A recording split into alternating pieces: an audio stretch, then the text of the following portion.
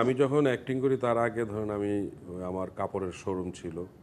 আমার একটু বিজনেস ছিল, আমার মার বিজনেস আমি দেখতাম। আমার কাপড়ের শোরুমের নাম ছিল তান্ত্রা।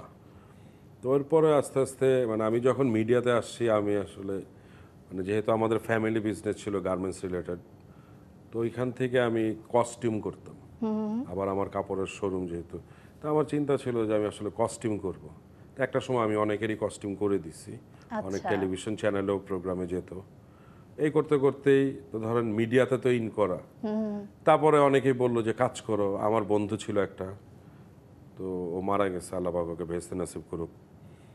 ও আমাকে অনেক ইয়া দিছে। এরপরে ছবিয়াল হইলো, ছবিয়ালের সবার সাথে যোগাযোগ হয়, কথাবার্তা হয়।